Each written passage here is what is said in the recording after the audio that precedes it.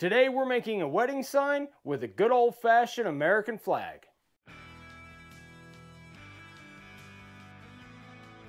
Weddings are a big market that I think you should definitely go after. People love having stuff personalized. Newlyweds love seeing their names put together, especially on a beautiful piece of wood. So today we're making a wedding sign and we're gonna use our big American flag stencil, our 1.5" Bookman, and our 1" Bookman. So guys, if you don't know, we don't have any sponsors. Our entire business is based around selling supplies for you to carve signs, tables, whatever. So you can go check out makeawoodsign.com. And we have hundreds of templates, stencils, we've got letter and number sets, different fonts, router bits, base plates, all that kind of stuff. If you find value in this and you want to give it a shot, head on over to the website and see what you can find. All right, let's get started and make some sawdust. So this sign is actually on about a 16 by 24" board. Now, the lady that ordered it actually wanted a 12" by 24", but it looked kind of weird. I could have fit everything on there, but I called her back and I just said, hey, it's going to be a little bit bigger, no extra charge, just because I want to give somebody the best sign that I can. And on that size board with everything she wanted on it, it just looked kind of funky. So this is Blue Pine Shiplap, and it's 3 pieces that are glued together. This stuff's about 3/4 of an inch thick, so you don't really need a backer, although there was a little bit of a warp to it, but that's not that big a deal. So the American flag is kind of hard to lay out. The stencil itself is pretty easy, but there's some extra things you got to do to it, and I'll show you that in just a minute. But I wanted to make sure that I had both lines of lettering that are underneath the American flag nice and evenly spaced. So you can see that I actually have the same amount of space between the bottom of the bottom line of lettering and the top of the board and the stencil. So everything looks very symmetrical. And for a sign like this, that's exactly what you're looking for. You want it to look symmetrical. Something else to remember, the little EST right there, once the board is laid out, it's super easy to forget to put the little period on there. And the last thing you want to do is get everything carved, sprayed, sanded, you got the clear on it, it's all looking good, and you forgot to carve that little period. So make sure you don't forget that if you're going to do an abbreviation. Now this is what I meant where there's extra steps with the American flag. Whatever insert you have that's going to be the blue field, whether it's our stars or whether it's the 1776, you need to make sure you line that up with the stars and you trace around it, because without that it gets really confusing and you have to carve the inside of that.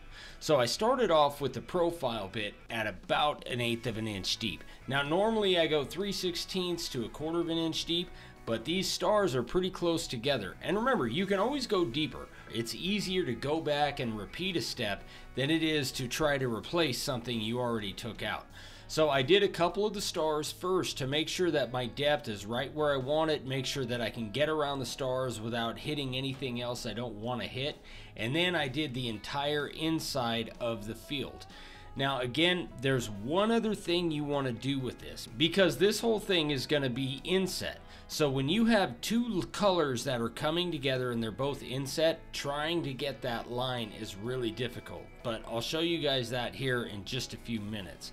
Now when you're going around the stars, it's super easy, because there's 50 of them, obviously, to just kind of get in this like, yep, go, go, go. You know what I mean? You get kind of complacent. That's where mistakes happen. So make sure you're still paying attention, even if you're doing the same thing over and over, because there's a good chance you'll screw it up if you don't. So I took a small ruler and I made about a 1/16 of an inch space between the lines and the field of stars. And the reason for that is that's where the 2 lines are going to come together. The field's got to be blue and the stripes have to be red. So if I were to try to run a tape line in there, man, it's just kind of a pain. You can't guarantee that it's going to be straight, and then if 3 of them are straight and 1 of them isn't, my gosh, you have to spray the whole thing over again. And again, this is pine, so if you spray too much, even with flat or matte finish, it's just going to make a huge mess. So it's a lot easier just to leave a tiny little space in between the 4 lines at the top of the flag and the field of stars. You don't even really notice it when the sign is done, but it makes it a lot easier to carve and to spray and get all of the painting done. Now these lines are pretty difficult. One thing that Dad told me is that you get much more control of the router if you're bringing it towards you. So for these straight lines, well, wavy lines, they're not really straight, but for these lines, I turned the board sideways and I pulled the router towards me, and it really helped to have more control, but it was still kind of a challenge. So guys, again, start shallow, start slow, and when you're doing something like this, always try to pull the router towards you, and it will definitely help quite a bit. Now, once everything was done and all my outline was done, I actually dropped the profile bit down to about 1/4 of an inch, and I went around everything again, because trying to get the 90-degree bit in between those stars, man, that's pretty tricky. So when you go back and you drop the router bit a little bit deeper, it'll give you a wider cut, and it'll give you a whole lot more room to go in with the 90-degree bit or the spiral up cut or the 60 or whatever it is you want to use to take out the remainder of the wood. Trust me on this, guys. I know it's an extra step and it takes a little bit of extra time, but it will save you a lot of heartache, and it'll end up actually saving you time because you can go back with a 90-degree quite a bit faster when you have more room.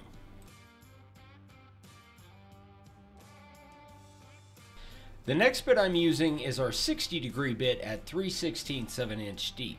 Now this bit is perfect for doing just what I'm doing here, which is carving inset letters. It's a 3-fluted bit, and it's probably the best cutting one we have. What you need to be careful of is right between 3/16 of an inch and 1/4 of an inch, there's kind of a fine line there. If you take it too deep, then you'll actually sink the bit into the wood farther than the flutes can cut. So you end up with some burning, you end up with some burring on top of the wood. It just doesn't work very well. However, if you take it too shallow and you don't carve deep enough, then your letters end up looking really thin, and you could actually sand a lot of it out. So you really need to find that fine line where you want it to carve at.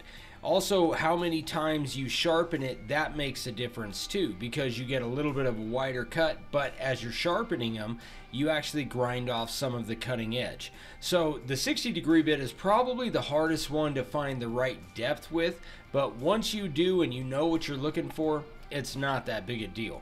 And this thing cuts beautifully. The Bookman font, I think, is a little bit underrated. I like it better than Clarendon because it's a lot easier to carve, but it's just as easy to read. There's certain fonts that are difficult to carve, and this really isn't one of them.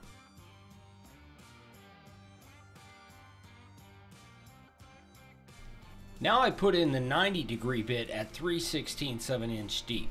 Now this is where you really need to be careful, because it's super easy to hit these stars, even if you go back with your profile bit and you give yourself more room. You set this thing down in one wrong area, and then your stars are nicked, or you take off one of the legs of them, and it just looks weird. So you really want to be careful. Now you could do a lot of different things with the stripes. I like the textured background, but I think it would have looked cool too if I would have used the spiral upcut bit and given the stripes a flat background to kind of show some difference in the stripes and the stars. But you're also going to have different colors too, so it's not that big a deal. But one of the great things about what we do, you guys, is that you can do it however you want, and the more creative you get with it, you come up with some really, really cool stuff. For the edge, I used our 45-degree chamfer bit. Now I was kind of torn on this because I like a rustic look, I like kind of a choppy, more aggressive look, but this sign is going to be really clean, so I figured, you know what, I'm just going to put a round over on it and let that be the end of it, and I'm glad I did because it goes with this sign much better. Now make sure before you spray your sign that you brush the crap out of it with a stiff bristle brush, because especially in something like this where you have small areas that sawdust and splinters can get in there, and then they can cover up where you're going to spray, get all of the loose stuff out of there before you do any spraying. One thing that's difficult about this is the taping aspect. I have 3 different colors on here and it's all inset. So I'm blocking off everything that's not going to be that particular color, like I blocked off the flag to do the edge and the lettering, and then I blocked off the lettering to do the stripes, and then I block off the stripes and the lettering to do the stars. You guys get the picture.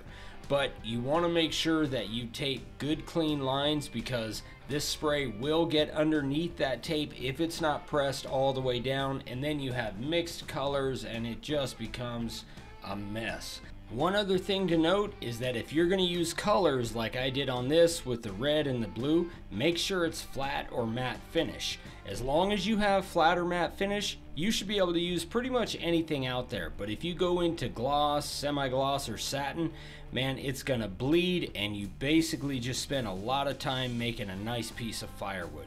Now that it's all done, I'm just going to put a bunch of coats of the Rust-Oleum Clear on there, and that really makes the color pop. I love the way this thing looks. It's simple, it's clean, and it just looks super nice.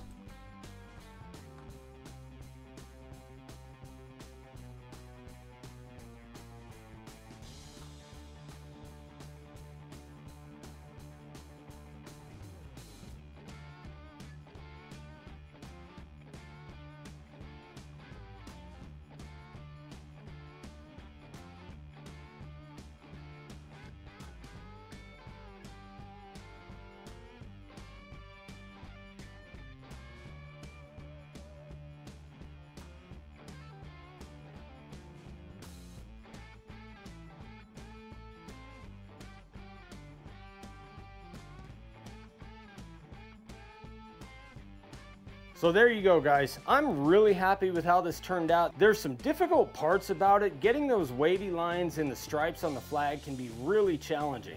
So make sure you start with your bit a little bit more shallow than you normally would, and then you can always come back with it deeper and straighten out those lines a little bit. So guys, again, weddings are a huge market. This is a good size sign.